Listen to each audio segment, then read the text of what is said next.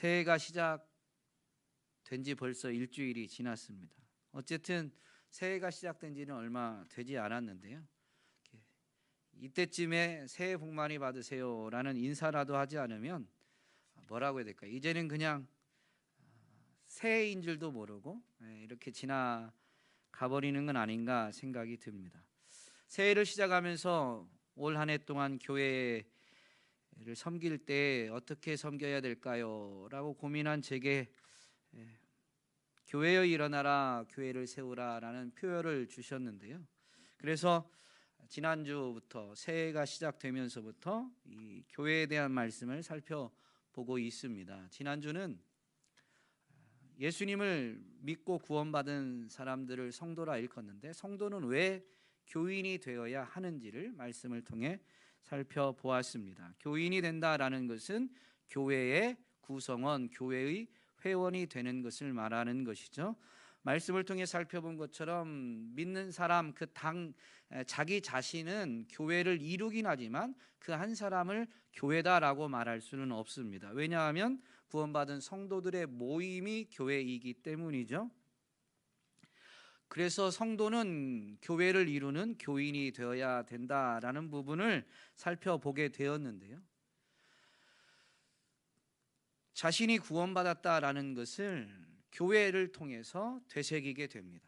구원받았다라는 것을 모르진 않지만 개인의 삶 속에서는 잊기가 너무 쉽죠. 그런데 교회로 오면, 즉 교인이 되어서 교회를 이루게 되면 같은 믿음을 고백하는, 같은 신앙 고백하는 사람을 만나게 되니 나도 구원받은 사람이다 라는 것을 되새기게 되는 거예요. 그리고 사실 주의 이름으로 모이는 교회는 공적인 예배 시간에는 사도신경을 통해서 우리의 믿음의 내용들을 시인하는 시간들이 많이 있죠. 이러한 것들이 우리가 구원받았다라는 것을 되새기게 만들어줍니다. 그렇다면 여러분, 이 교회의 존재 목적은 뭘까요? 교회의 존재 목적은 뭘까요?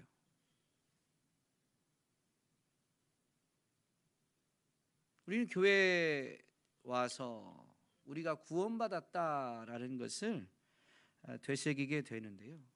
그러면 그걸 되새기게 만들어주는 그 교회의 목적, 교회의 존재 목적이 무엇이냐라는 것입니다. 교회의 존재 목적은 우리 교회 사명선언문에서도 밝히고 있듯이 예배입니다. 우리는 예수 그리스도를 통해서 구원의 풍성한 은혜를 누리는 예배 공동체다.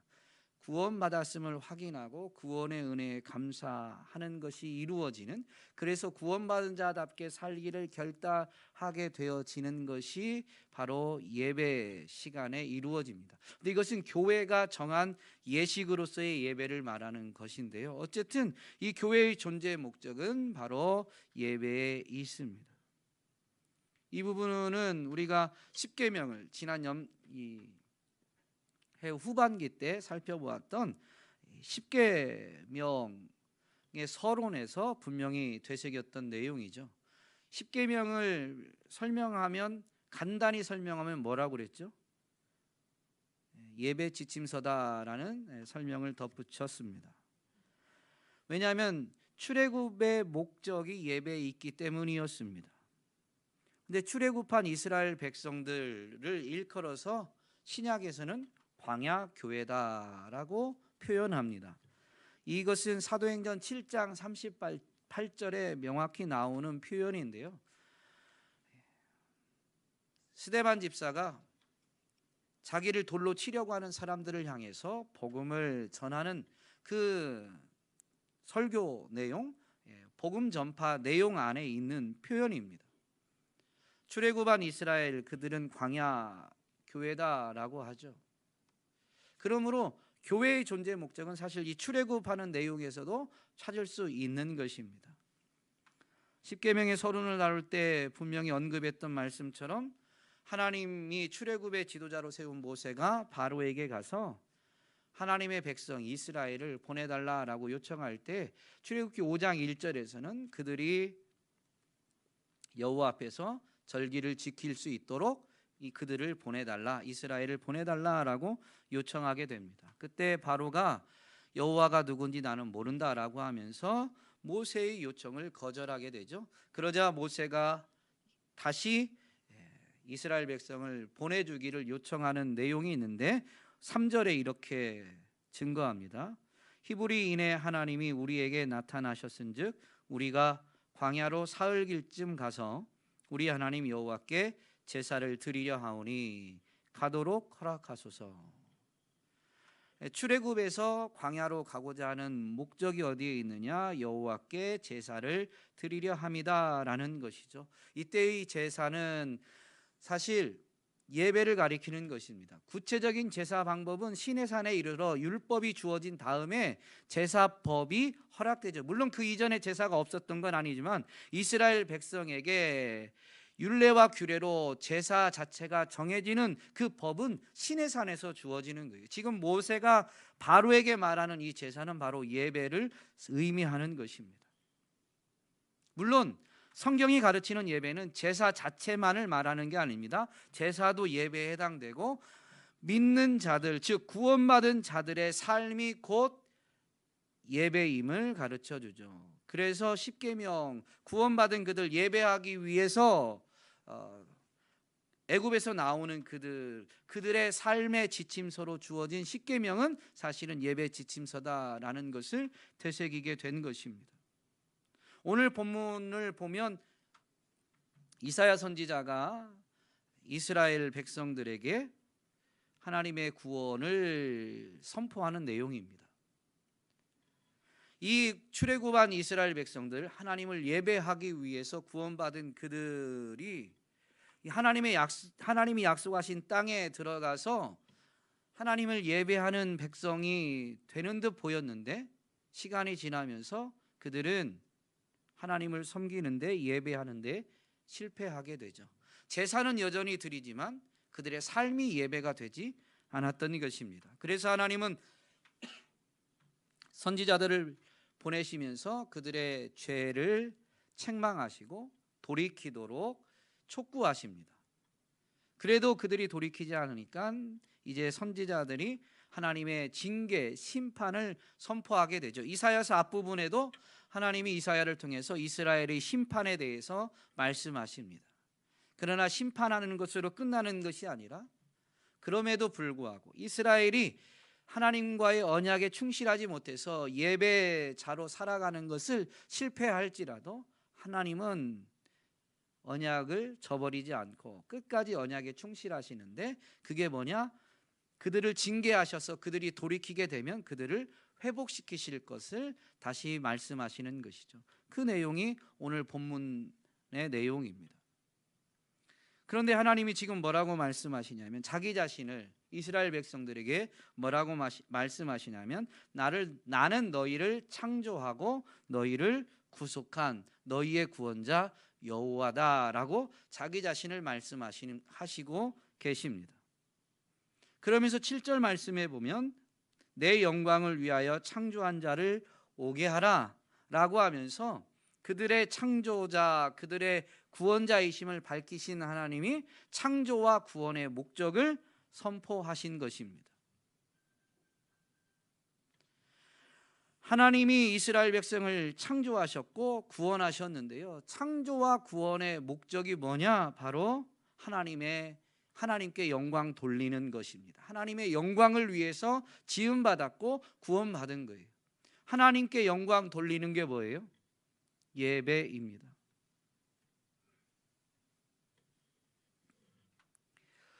오늘 본문 내용을 보면 이스라엘 백성들이 하나님께 예배드리기 위해서 지음받았고 구속받았는데 그들이 하나님께 와서 예배할 수 있는 것은 하나님이 우리의 창조주이시고 구원자라는 것을 깨달을 때 하나님께 영광 돌리기 위해서 그분께 오게 돼요. 그러면 여러분, 하나님이 우리의 창조주시다 구원자시다라는 것은 어떻게 깨달을까요? 성경을 읽어서, 성경을 읽는다고 다 깨닫는 게 아니죠. 어떻게 깨달을까요? 본문 안에 있는 내용이 들려지면, 믿어지면, 깨달아지면 하나님이 우리의 창조주시고 구원자시다라는 것을 깨닫게 됩니다. 그게 뭐냐면 본문 안에 있는 내용을 요약하면 하나님이 우리를 보배롭고 존귀하게 여겨주시며, 내가 보배롭고 존귀하다라는 의미가 아니라 하나님이 나를 보배롭고 존귀하게 여겨주시며 나를 사랑하신다라고 말씀하시는 거예요. 그러면 하나님이 나를 보배롭고 존귀하게 여기신다, 하나님이 나를 사랑하신다라는 그 메시지를 여러분은 어떻게 깨달으세요? 무엇을 통해서 깨달으세요?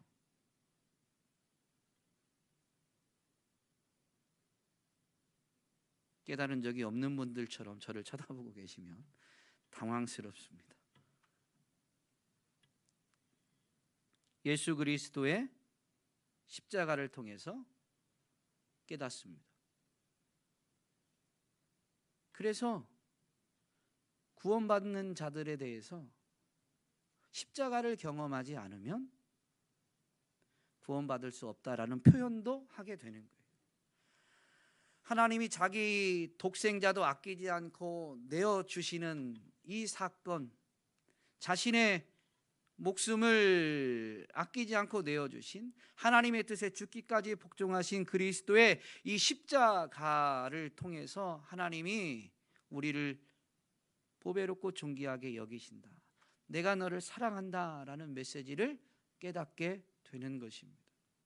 그 사랑을 체험하면 그분이 나의 구원자시다라는 것을 깨닫게 되고, 그분이 나의 구원자심을 깨닫고 나서 보니 그분은 사실은 그 이전부터 나를 사랑하신, 태초부터 나를 사랑하신, 그래서 태초에 천지를 지으셨던 그 하나님이시다라는 것을 또한 깨닫게 되는 것이죠.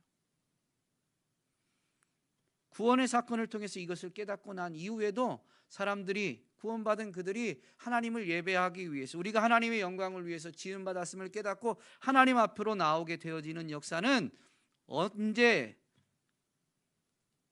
체험되어지느냐?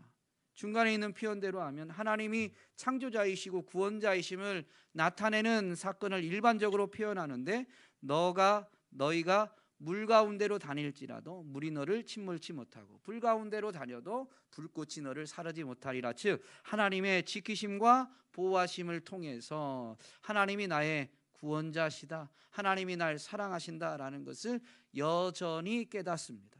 예전에 그랬다라는 게 아니고 그분이 여전히 나의 창조주시고 구원자이셔서 변함없이 날 사랑하신다라는 것을 깨닫게 되는 거예요. 이걸 되새긴 사람만이 그분 앞에 나와서 그분을 예배하는 삶, 그분께 영광 돌리는 삶을 살아내게 되는 것이죠. 여러분, 하나님께 영광 돌린다, 하나님을 예배한다 라는 것은 어떻게 하는 걸까요?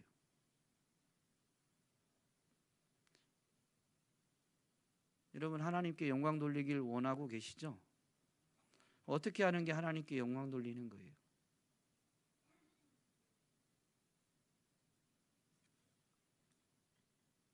조금 쉽게 표현하면 우리 편에서 하나님께 영광 돌린다라는 것은 하나님을 기쁘시게 해드리는 것입니다. 내가 어떻게 하면 하나님께 영광을 돌릴 것인가? 그것은 내가 어떻게 해야 하나님이 기뻐하실까라는 질문과 크게 다르지 않습니다. 물론 표현은, 사용된 단어는 다르지만, 그래서 하나님께 영광이라는 것과 하나님의 기쁨이라는 단어 자체는, 단어상의 의미는 다르지만 우리가 하나님 앞에서 행해야 되는 것은 거의 공통적입니다. 같은 것이다라는 의미이죠. 우리는 예수님을 믿고 구원받은 다음에 삶을 뭐라고 말해요? 구원받은 이후의 삶을 뭐라고 말해요? 다시 태어난 삶, 거듭난 삶, 또 맞는 말씀이세요? 거듭난 삶을 뭐라고 말하는지. 질문을 제가 못하는 건 알겠는데요, 막 던져보세요. 믿음의 삶이라고 말합니다. 여러분, 믿음의 삶을 살고 계시죠? 그게 예배입니다. 그런데 우리는 이 믿음의 삶에 대해서 너무 좀 제한적인 생각을 갖고 있는 것 같아요. 믿음의 삶을 다른 용어로 바꾸면 똑같은 말인데 신앙생활이죠. 여러분이 말하는 신앙생활은 어떤 게 신앙생활이에요? 지금 주일날 교회 와서 교회가 정한 순서에 따라서 행하는 이것이 신앙생활이죠. 근데 이것만 신앙생활은 아닙니다. 근데 우리는 이것만 신앙생활이라고 생각하는 경우들이 많이 있습니다. 그래서 이것만 예배라고 생각하는 거예요. 이것만 신앙생활이라고 생각하니까. 우리의 모든 삶이 주님 안에 있으면, 그래서 믿음으로 살아가면 그게 다 신앙생활이고 그것이 예배입니다. 정말로 우리가 믿음으로 모든 삶을 산다면, 그래서 그 삶에 있어서 어떻게 행할 것인가의 기준은 뭐가 되냐면, 어떻게 하면 하나님을 기쁘시게 해드릴까가 돼야 되는 것이죠.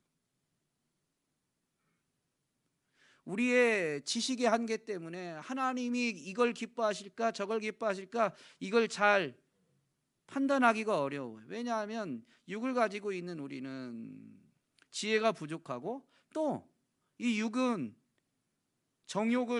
정욕적이니까 우리는 탐심에서 자유롭지 못하니까.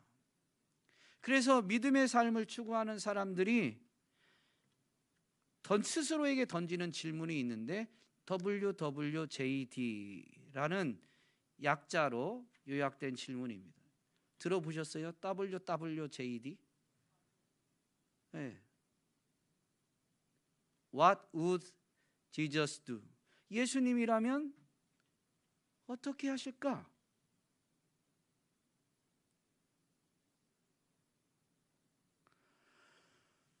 예수님은 온전히 하나님의 뜻에 복종하심으로 인해서 하나님을 기쁘시게 해드리신 분이십니다. 하나님의 영광을 위해 사신 분이죠. 그러므로 우리가 하나님을 기쁘시게 해드리기 위해서, 하나님께 영광 돌리기 위해서 갖는 생각, 갖는 질문이 뭐가 돼야 되냐면, 예수님이라면 어떻게 하셨을까? 왜냐하면 잠언이 우리에게 가르쳐 주는 것처럼 사람의 생각은 어떤 경우는 옳아 보이지만 그게 정말로 옳은 결정이냐 그렇지 않은 경우들이 있더라라는 거예요. 필경은 사망의 길이더라라는 것입니다. 그러므로 사람은 자기의 지혜를 신뢰하지 말고, 내 생각에는 이렇게 하면 하나님 기뻐하시겠지, 그런데 그 내면에 감추어진 탐욕이 있는지 점검을 해봐야 되는 거예요. 그걸 점검하기 위한 질문이 예수님이라면 어떻게 하셨을까? 내 생각이 아니라 예수님이라면 어떻게 하셨을까라는 질문이죠.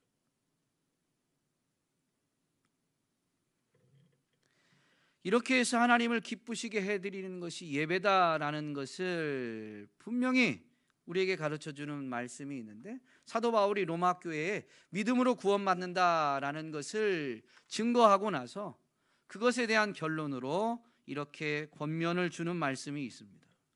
로마서 12장 1절이죠. 그러므로 형제들아, 내가 하나님의 모든 자비하심으로 너희를 권하노니 너희 몸을 하나님이 기뻐하시는 거룩한 산 제물로 드리라. 제물을 드리는 것은 제사입니다. 그런데 사도 바울이 이어서 뭐라고 하냐면, 이것이 너희가 드릴 영적 예배니라. 몸을 제물로 드리는 것이 제사다라고 말하지 않고, 너희 몸을 하나님이 기뻐하시는 산 제물로 드려라. 핵심은 뭐냐면 너희 몸으로 하나님이 기뻐하시는 일을 하라라는 의미인 거죠. 그러면서 말하는 게 뭐냐면, 이것이 너희가 드릴 영적 예배다, 이게 예배다라고 분명히 가르쳐 줍니다. 믿음으로 구원받은 사람들, 믿음으로 구원받는데, 그래서 구원받은 사람들이 살아가는 믿음의 삶의 핵심을 말씀하고 있는 거예요. 여러분, 하나님이 무엇을 기뻐하실까요? 그걸 알아야 되지 않겠어요? 예수님은 도대체 하나님을 기쁘시게 해드리기 위해서 어떻게 살았을까요? What would Jesus do? 예수님이라면 어떻게 하셨을까요? 오늘 우리는 이 부분을 고민해 봐야 되는데요. 오늘 우리가 읽은 본문, 구원받은 광야 교회가 되었던 그 이스라엘에게 하나님이 내가 창조자다, 내가 구원자다라고 이렇게 말씀하셨는데요. 그 창조의 현장에서 하나님이 무엇을 기뻐하시는지 우리는 발견할 수가 있습니다.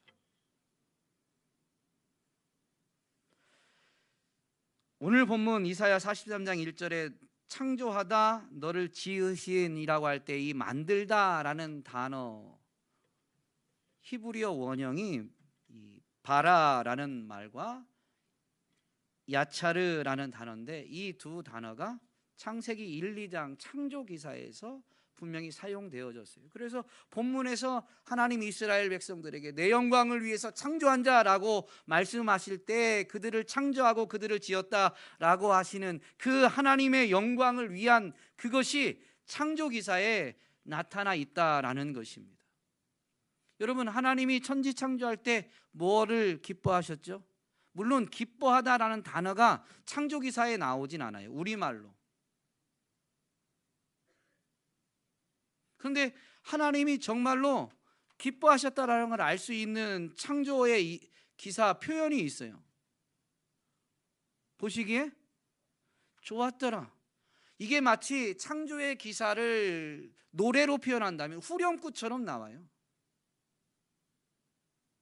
그런데 보시기에 좋았더라라는 그 앞에 공통적인 원리가 있습니다. 표현은 좀 달라요. 그런데 6일 동안 창조의 역사가 이루어지는데 공통적인 원리가 있어요. 무엇일까요? 하나님이 말씀하시고 그대로 되니 보기에 좋았더라, 보시기에 좋았더라 라는 것입니다. 그러므로 창조 기사를 통해서 하나님이 기뻐하시는 것을 나타내 보이셨는데, 즉 이스라엘을 창조하신 목적은 하나님의 영광을 위한 것인데, 창조에서 나타난 하나님께 영광을 돌리는 것이 무엇이냐? 하나님의 말씀이 그대로 되는 것입니다. 그러면 지음받은 존재들은 어떻게 하나님께 영광을 돌릴까요? 어떻게 하나님을 기쁘시게 해드릴까요? 말씀하신 것이 그대로 되어지게 함으로 인해서 하나님이 보시기에 좋았더라, 하나님을 기쁘시게 해드리는 것입니다. 여러분, 지음받은 것 중에요, 지금 하나님을 예배하지 않는 것은 무생물이나 식물이나 동물이 아니라 사람밖에 없어요. 무생물은 태초에 만들어질 때도 말씀하신 대로 되어졌죠. 그 말씀이 지금도 그대로 유지되고 있는 거예요. 그래서 그 지음받은 것은 지금도 하나님을 예배하고 있는 것입니다. 식물도 마찬가지입니다.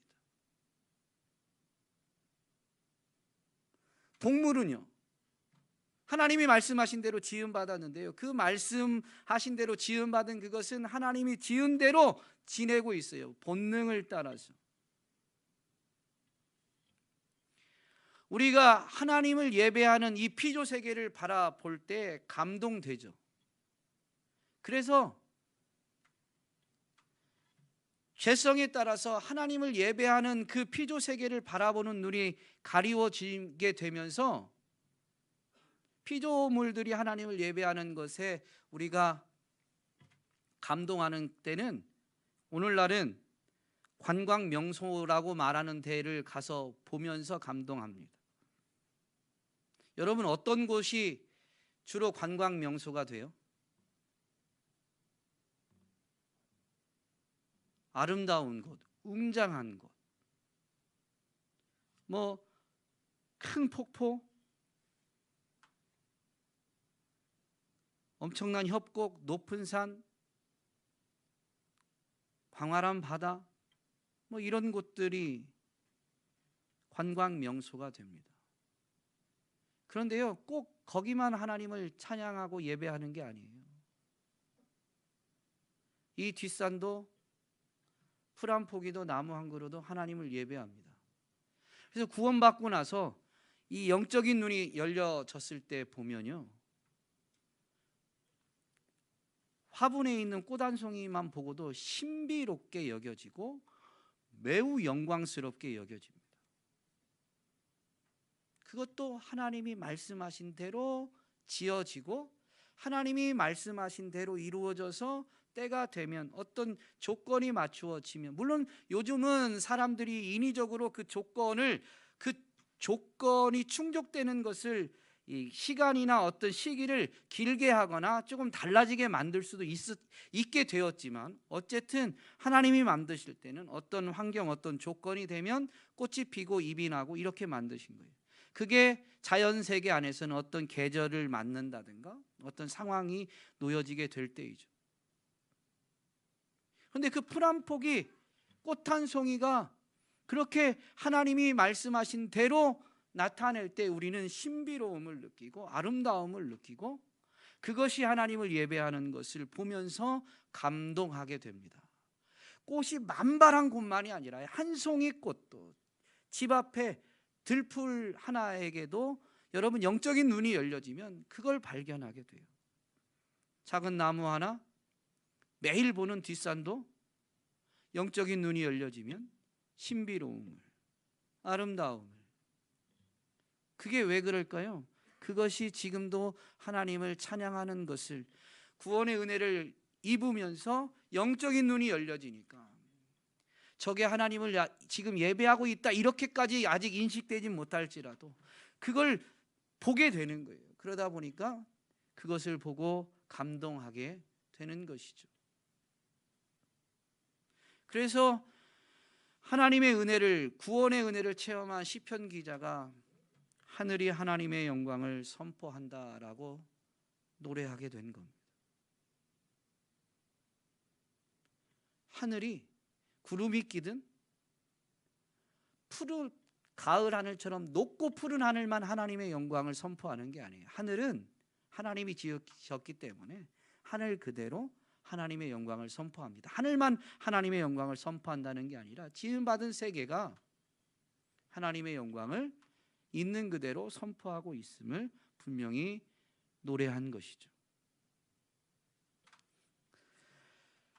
사람도 처음에 지음받을 때 분명히 하나님을 예배하는 존재였습니다.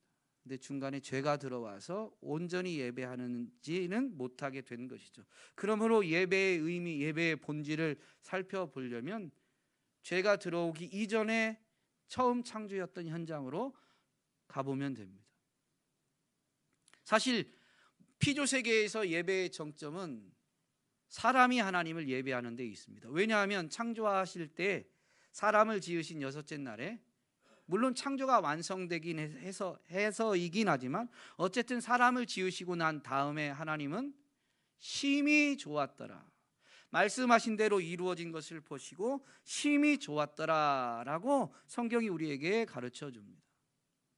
그래서 하나님을 기쁘시게 해드리는 정점엔 사람이 있어요. 우리가 어떻게 하면 하나님을 온전히 예배할 수 있는가? 피조 세계를 만드실 때 하나님 만드신 것을 보고 기뻐하셨는데요, 사람만큼은 계획을 세우시고 만드시고 그리고 나서 기뻐하신 것이 아니라 그들에게 명령을 주십니다.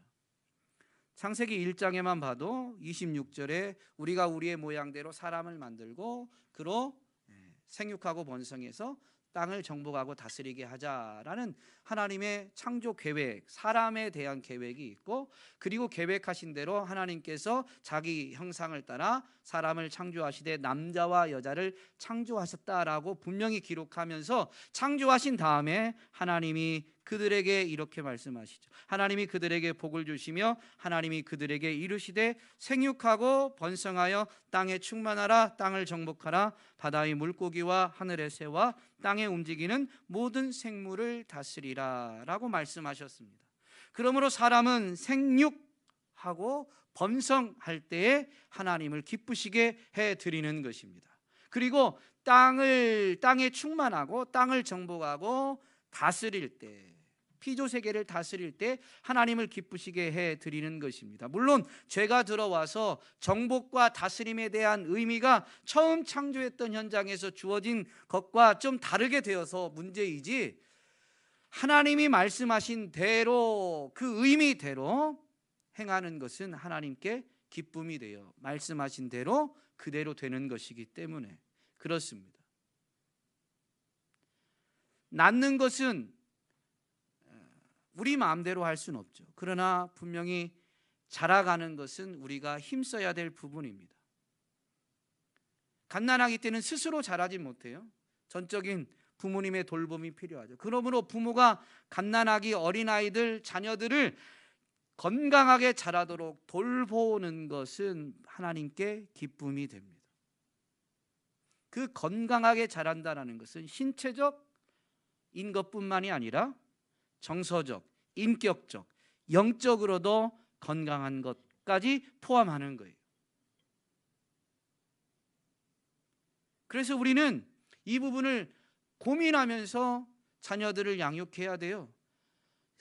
자녀를 사랑하지 않는 부모가 어디 있어요? 자녀를 정말로 건강하게 키우고 싶지 않은 부모가 어디 있겠어요? 세상이 악해지면서 그게 의심되는 상황도 뉴스를 통해서 많이 접하게 되지만, 그러나 일반적인 경우라면 자녀를 건강하게 기르지 않고 싶은 부모는 없을 것입니다. 일반적인 경우라면. 그런데 그 건강하게 키운다라는 의미를 끊임없이 인간은 스스로에게 질문을 해봐야 돼요.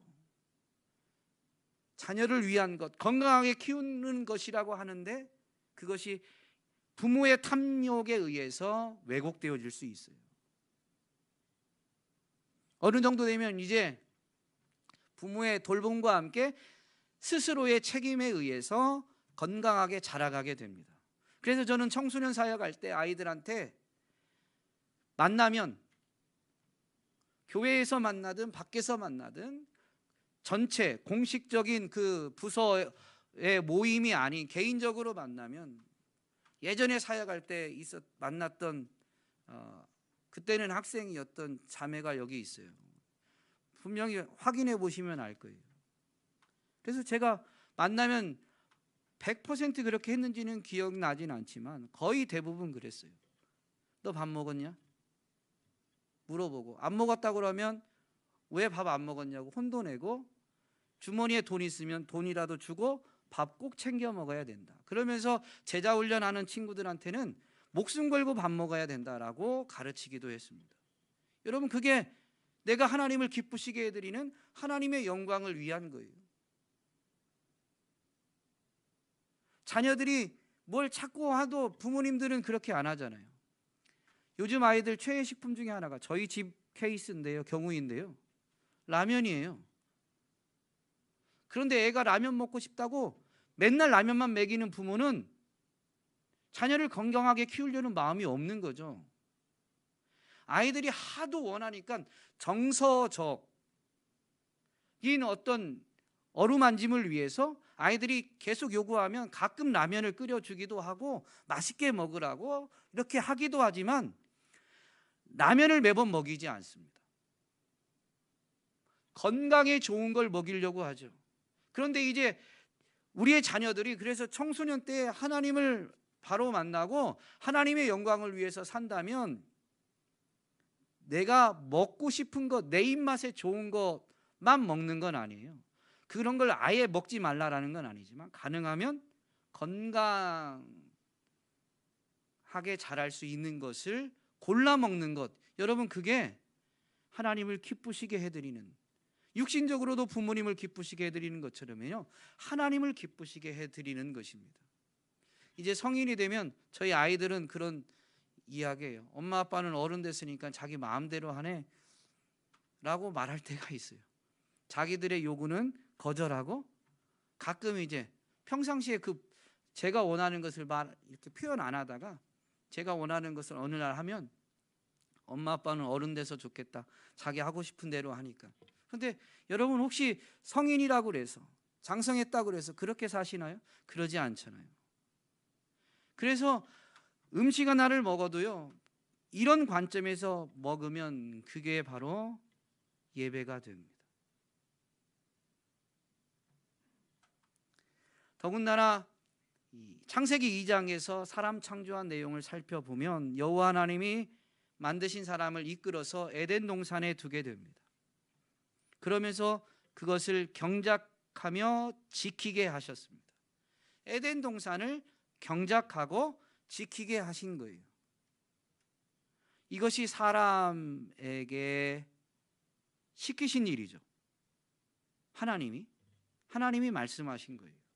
그러므로 여러분, 사람은 자기가 놓여진 데에서 경작하고 지키는 것이 엄밀히 말하면 땅을 정복하고 다스리는 일입니다. 주어진 일을 경작하는 것, 땅을 경작할 때요, 망가뜨리는 걸 경작이라고 말하지 않죠. 질서를 계속 유지하도록 관리하는 모든 행동이 땅과 연결되면 경작인 것입니다. 이어지는 말씀에 보면 여호와 하나님이 그에게 명하여 이르시되 동산 각종 나무의 열매는 내가 임의로 먹되. 그 경작함으로 인해서 나는 그 결실은 하나님이 그 사람에게 주신 거예요. 그러면서 거기에 자유가 있죠. 임의로 먹되. 그러면서 하나님이 명령을 주십니다. 내가 선악을 알게 하는 나무의 열매는 먹지 말라. 먹는 날에는 반드시 죽으리라. 동산 중앙에 있는 나무를 일컬어서 선악을 알게 한다라고 지정하신 거예요. 별도의 나무, 별도의 열매가 선악과가 아닙니다. 동산 중앙에 있는 나무를 정해서 먹지 말라라고 지정하셨고, 그로 인해서 그 나무는 선악을 알게 하는 거예요. 무슨 얘기냐면 그 나무를 바라봄으로 인해서 하나님이 허용하시는 게 있고 하나님이 금지하시는 게 있다라는 것을 되뇌이게 되는 거죠. 그리고 되뇌였으면, 하나님이 허용하시는 게 있고 하나님이 금지하시는 게 있다라는 것을 되새겼으면 그대로 행해야 되는 거예요. 이것을 금지하신 줄 알고도 그 열매를 먹는 것은 죽음을 자청하는 것이죠. 반드시 죽는다라는 것입니다. 그것은 삶이 아니에요. 죽음은 삶이 아니죠. 그러므로 그건 예배가 되지 않습니다. 이런 말씀을 되새겨보면 창조 현장에서 하나님이 가르쳐 주시는 예배는 뭘까요? 예배의 핵심, 본질을 한 단어로 말하면 무엇일까요?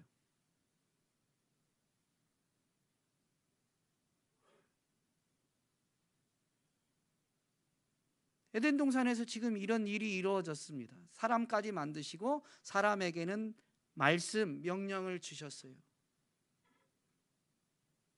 그러면 에덴 동산에 사는 이 사람이 일도 하고 일한 것의 결실을 자유롭게 누리되 선악을 알게 하는 나무를 통해서 이 모든 것은 하나님이 주셨다라는 것을 인정하는 것이고, 그리고 하나님이 금지한 것은 하지 않는 거예요. 이게 예배인데요, 이거를 한 단어로 말하면 뭘까요? 순종입니다. 여러분, 예배의 핵심, 예배의 본질은 어떤 순서, 절차가 아니라 순종에 있습니다. 그래서 이스라엘 역사 가운데 예배에 실패했던 그들의 역사 가운데 어떤 사례를 보면 이걸 자세히 가르쳐 주는 게 있는데, 하나님이 사울을 버리고 다윗을 택하는 장면에 보면 이게 명확하게 선포되고 있습니다. 사울이 아말렉과의 전투에서 하나님이 명령한 대로 행했다라고 자신은 주장하지만 하나님이 사무엘을 통해서 하나님이 그를 버리신 이유를 분명히 밝히시죠. 그때 이것은 하나님 명령대로 하지 않고 건강하고 좋은 가축은 남겨놓은 것은 하나님께 제사하기 위함이다라고 핑계하는데, 그때 사무엘이 사울에게 증거한 것입니다. 사무엘이 이르되 여호와께서 번제와 다른 제사를 그의 목소리를 청종하는 것을 좋아하심같이 좋아하시겠나이까. 제사를 좋아하는 게 아니에요. 하나님의 말씀에 순종하는 것을 좋아하시는 거죠. 그래서 이런 우리가 너무 잘 아는 말씀일 텐데요, 순종이 제사보다 낫고 듣는 것이 순양의 기름보다 나으니라 라는 말씀이 선포된 것입니다. 여러분, 예배의 핵심 본질은 한마디로 하면 순종입니다. 하나님이 교회를 세우신 본질적인 제1의 목적은 예배에 있고, 그 예배의 핵심은 순종이라면 오늘 우리를 향하신 하나님의 뜻에 가장 밑거름, 가장 기본이 되는 것, 그것은 바로 순종하는 삶인 줄로 믿습니다. 오늘 저와 여러분이 그 순종에서부터 교회가 세워지고 교회가 일어서게 된다라는 것을 분명히 기억하면서 올 한 해 순종으로 하나님을 기쁘시게 해드리고, 하나님을 기쁘시게 해드린 자가 어떤 은혜를 누리는지, 오늘 본문대로 하면 하나님께 사랑을 받고 하나님께 보배롭고 존귀하게 여김받고, 하나님이 물 가운데로 불 가운데로 다녀도 지키시고 보호해 주시는 은혜를 분명히 확인하면서 증거하게 될 줄로 믿습니다.